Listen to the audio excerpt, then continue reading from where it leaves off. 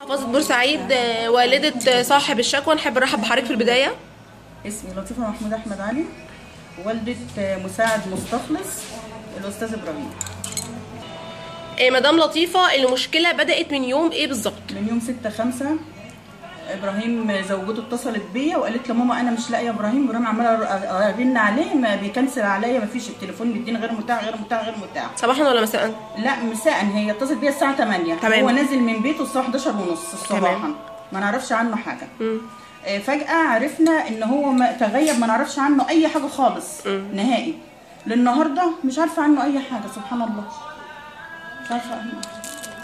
طب هو حضرتك عرفتي بعد كده حاولتي تسألي هو راح فين؟ سألنا طول الليل، قعدنا نسأل. فجوزي قال لنا ان هو تم القبض عليه، واحنا ما نعرفش اي مصدر جهة خدته، ما اعرفش اي مصدر حد خده، يعني مش عارفة. وما تعرفيش سبب القبض عليه لا ليه؟ ما نعرفش حاجة. ابني نازل من البيت اساسا، ولا ليه ولا عليه اي حاجة. مدام لطيفة، عايزين نعرف من حضرتك، هل حضرتك خاطبتي اي جهات رسمية او تواصلتي مع مسؤولين؟ خطيب، عملت تلغرافات لرئاسة الجمهورية. بتاريخ كام؟ بتاريخ 7/5. وعملت تلغراف لمجلس الوزراء بنفس التاريخ، وعملت تلغراف لوزارة الداخلية، وعملت تلغراف لمديرية الأمن. طيب، من يوم تم القبض عليه لغاية ما حضرتك رسلت المخاطبات حتى الآن لم يتم وصول أي رد أو أي جهة أعلنت هو موجود فين؟ من يوم 6/5 لغاية الوقت الحالي النهارده كان 20/5. حضرتك هل نجل حضرتك عنده أولاد، متزوج يعول؟ ده متزوج ولسه مراته واردة، ابنه عنده 16 يوم ما اتاخد. هو عمره قد ايه بالظبط ابن حضرتك؟ 27 سنة.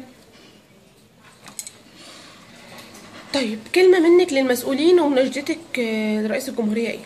اعرف ابني فين، عايزة اعرف ابني فين، بس حد يعرفني ابني فين. انا مش عارفة ابني فين. معاه عيل لسه ما كملش شهر، ابنه ما كملش شهر. كلمة من حضرتك في 30 ثانية لنجل حضرتك. ربنا حبيبي يحفظك ويرجعك يا سالم غانم، مش هقول اكتر من كده. شكرا جدا لحضرتك.